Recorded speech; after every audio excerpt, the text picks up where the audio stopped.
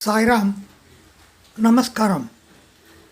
நாம் முன் பிறவியினுடைய கர்மாக்களை பற்றியும் அது நமது ஜாதகத்திலே எவ்வாறு பிரதிபலிக்கும், அதை எவ்வாறு நாம் தெரிந்து கொள்ளுவது என்பதை பற்றியும் பார்த்து கொண்டிருக்கிறோம். நாம் 5ஆம் பாவத்தை பற்றியும் 4ஆம் பாவத்தை பற்றியும் நாம் தெரிந்து கொண்டோம். ஆனால் 6ஆம் பாவத்தை பார்க்கும் பொழுது நாம் இந்த பிறவியிலே அனுபவித்து கொண்டிருக்கக்கூடிய ரோகம், அதாவது உடல் உபாதைகள், உடலிலே ஏற்படக்கூடிய நோய்கள் யாவையும் பற்றி நாம் பார்த்து கொண்டிருந்தோம். அப்படியானால் 6ஆம் பாவத்தை வைத்து நம்முடைய இந்த பிறவியிலே நாம் அனுபவித்து கொண்டிருக்கக்கூடிய நோய்களையும் தாக்கங்களையும் 5ஆம் பாவத்தோடு இணைத்து பார்த்தோமானால் நமது இந்த பிறவியிலே நாம் ஏன் அந்த ரோகத்தை அனுபவிக்க வேண்டும் என்பதை தெள்ளத் தெளிவாக தெரிந்து கொண்டு விடலாம்.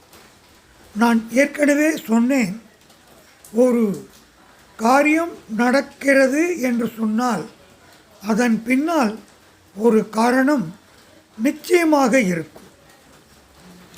இப்பொழுது பல விஷயங்கள், நம்முடைய காரியங்கள் எல்லாம் இப்பொழுது நாம் செய்ததை வைத்தே தெரிந்து கொண்டு விடலாம். ஆனால் ரோகம் என்று சொல்லக்கூடிய உடல் உபாதையானது அப்படி நாம் சொல்ல முடியாது.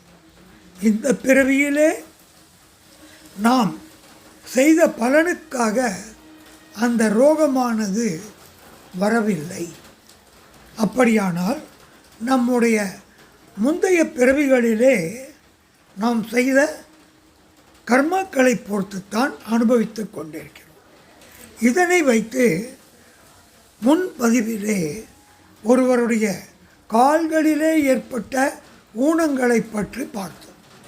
இன்றைக்கு நாம் காலிலிருந்து முகத்திற்கு வந்து விடுவோம்.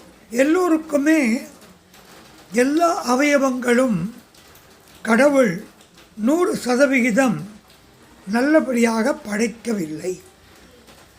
இப்பொழுது நம்முடைய முகம் என்று எடுத்துக்கொண்டால் நம்முடைய காது, கண், வாய், தலை போன்றவை மிக மிக முக்கியமானவை.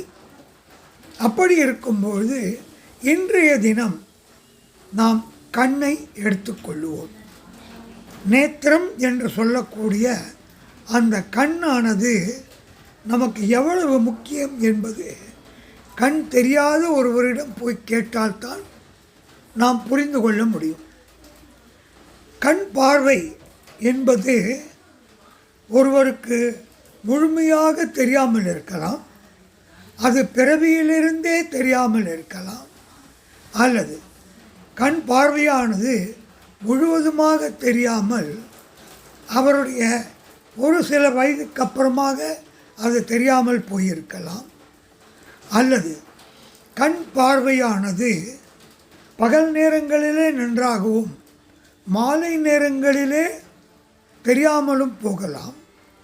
சில பேருக்கு கலர் பிளைண்ட்னஸ் என்று சொல்லக்கூடிய அந்த வர்ணங்களை பாகுபடுத்தி பார்க்க முடியாத அளவிற்கு நோய் இருக்கலாம்.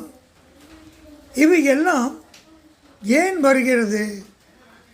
அப்படியானால் நம்முடைய கண்ணிலே குறைபாடு ஏற்பட்டிருக்கிறது என்றால் நம்முடைய முன்பிறவிகளிலே நாம் என்ன தவறுகளை செய்திருந்தால் இந்த பிறவியிலே நமது கண்ணிற்கு இந்த பிரச்சனைகள் வந்திருக்கும். இதனை ஆராய்ந்து பார்த்தால் நம்முடைய 5ஆம் பாவத்திலே சூரியன் கெட்டு போயிருப்பார். அல்லது 5ஆம் பாவத்திலே ராகு கேது போன்ற கிரகங்கள் இருப்பார். சூரியன் நீச்சமாக போயிருப்பார். 6ஆம் பாவத்திலே சூரியனும் சனியும் இருந்து சூரியனோ அல்லது சனி பகவானோ நீச்சமாக போயிருப்பார்கள். இவையெல்லாம் நன்றாக அலசி ஆராய்ந்து பார்த்தோமானால் முன்பிறவிகளிலே நாம்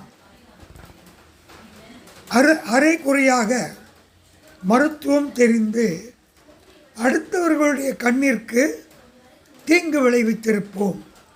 அல்லது நம்முடைய யாராவது முதலாளிகள், ஏனென்றால் அந்த காலத்திலே ராஜாக்களை தவிர்த்து பெரிய பெரிய மிராஸ்தார்கள் இருந்திருப்பார்கள். அங்கு வேலை செய்யக்கூடிய வேலையாட்களோ கீழே உள்ள மக்களோ தவறு செய்திருந்த அடுத்தவர்களுடைய கண்ணை பறிக்கச் சொல்லியோ நோண்டி எடுக்கச் சொல்லியோ உத்தரவு போட்டிருப்பார்கள். அப்படியானால் அதை சொன்னவருக்கும் அதை செய்தவருக்கும் இந்த ஜன்மத்திலே இவை நடக்கும்.